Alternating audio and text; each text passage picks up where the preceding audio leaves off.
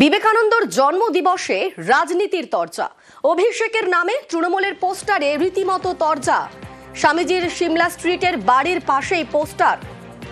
তৃণমূলকে নিশানাবঙ্গ বিজেপির, পাল্টা পদ্মকে তুলোধনা তৃণমূলের। অযথা রাজনীতি কুরুচির পরিচয় বলে পাল্টা তো।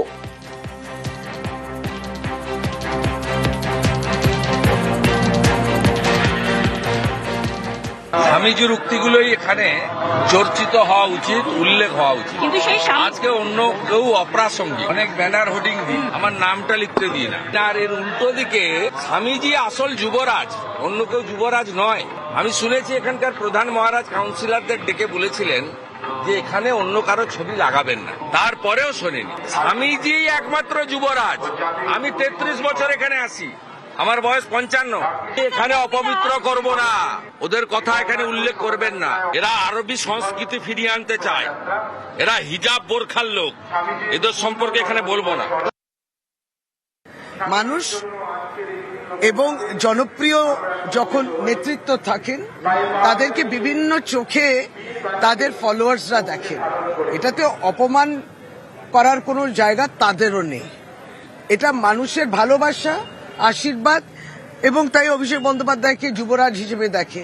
তার ব্যাখ্যা শুধু, তাতে তার কষ্ট হচ্ছে কেন? আমরা এখানে স্বামীজির বক্তব্য এবং আজকের জন্মদিবস উপলক্ষে স্বামীজির কথা, এইটা নিয়ে চর্চা হবে। যুব দিবসে স্বামীজি স্মরণ। 164 জন্মবার্ষিকীতে বিবেকানন্দকে শ্রদ্ধা জ্ঞাপন। বেলুড়ে প্রভাত ফেরির পর মঙ্গল আরতি, দিনভর বেদপাঠ, স্তবগানেও স্বামীজি স্মরণ। কামারপুকুরেও সকাল থেকেই ভক্তদের ভিড়। যুগপুরুষকে প্রণাম সিমলা স্ট্রিটের বাড়িতেও। ভারতের প্রাণবীরা, ভারতের প্রাণবীরা। স্বামীজি স্মরণ কামারপুকুরেও সকাল থেকেই ভক্তদের ভিড় সেখানে।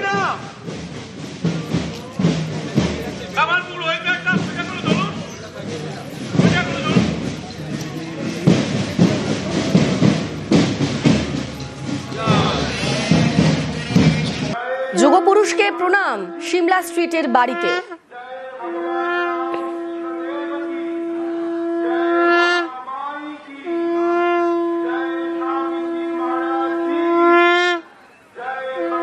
যুব দিবসে স্বামীজি স্মরণ, বিবেকানন্দ স্মরণে বার্তা প্রধানমন্ত্রীর। নিজের সোশ্যাল হ্যান্ডেলে শ্রদ্ধা জ্ঞাপন করেছেন প্রধানমন্ত্রী নরেন্দ্র মোদী। স্বামীজি স্মরণ, বিবেকানন্দ স্মরণে বার্তা প্রধানমন্ত্রীর।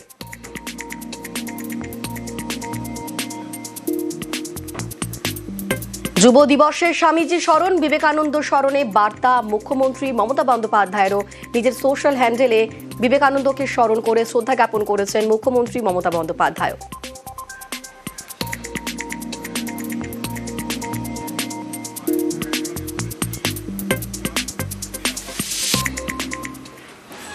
স্বামীজির স্মরণে বঙ্গ বিজেপি, জন্মবার্ষিকীতে বিবেকানন্দকে শ্রদ্ধা জ্ঞাপন। সিমলা স্ট্রিটের বাড়িতে বঙ্গ বিজেপির নেতারা পৌঁছে গিয়েছিলেন তাকে শ্রদ্ধা জ্ঞাপন করতে। কারা কারা ছিলেন সেখানে আমাদের সঙ্গে রয়েছেন প্রতিনিধি সান্নিক।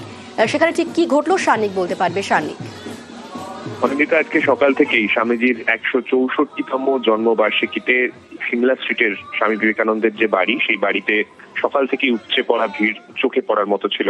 সেখানে সাধারণ মানুষ, স্কুল পড়ুয়া, তাদেরও যেমন একদিকে ভিড় ছিল, যেমনটা তুমি বলছিলে, রাজনৈতিক ব্যক্তিত্বদের উপস্থিতিও কিন্তু নজরে পড়ার মতো ছিল। সকালবেলা থেকেই আজকে রাজ্যের বিরোধী দলনেতা শুভেন্দু অধিকারী, শ্রমিক ভট্টাচার্য, সুকান্ত মজুমদার, তারাও যেমন একদিকে উপস্থিত ছিলেন। তার পাশাপাশি রাজ্যের শাসক দলের তরফেও মন্ত্রী শশী পাজা, তিনিও আজকে স্বামী বিবেকানন্দের যে মূর্তি, সেই মূর্তিতে মাল্যদান করে শ্রদ্ধা জ্ঞাপন করেন। রাজনৈতিক বিভেদের মধ্যেও আজকে সবাইকেই সকালবেলা একই জায়গায়, অর্থাৎ স্বামী বিবেকানন্দের যে বাড়ি সিমলা স্ট্রিটে, সেই বাড়িতে প্রত্যেককে উপস্থিত হতে দেখা যায় এবং স্বামীজির উদ্দেশ্যে শ্রদ্ধা জ্ঞাপন করতে দেখা যায়। পাশাপাশি প্রভাত ফেরির ওখানে ব্যবস্থাপনা ছিল, সেই মতো প্রচুর স্কুলের পড়ুয়া, কলেজের পড়ুয়া, তারাও আজকে যেমন সেই প্রভাত ফেরিতে অংশগ্রহণ করেন। পাশাপাশি বঙ্গ বিজেপির তরফে বিবেক যাত্রা বলে একটি অরাজনৈতিক কর্মসূচি সেখানে নেওয়া হয়েছিল। সেই প্রভাত ফেরির অনুষ্ঠানে আজকে দেখা যায় সুকান্ত মজুমদার, ইন্দ্রনীল খা, তারাও কিন্তু আজকে অংশ নেন।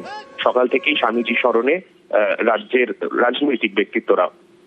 বেশ, ধন্যবাদ শার্নিক।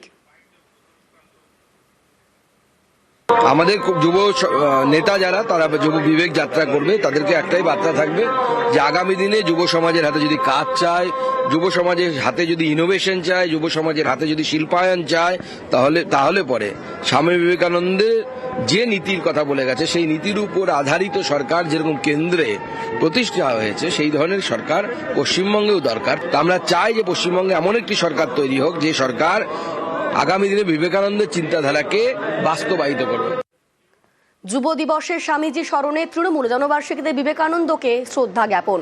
সিমলা স্ট্রিটের বাড়িতে শশী পাজা, সুকান্তর কটাক্ষে পাল্টা তোপ শশী পাজার, শ্রমিকের সঙ্গে সৌজন্য বিনিময় শশী পাজার।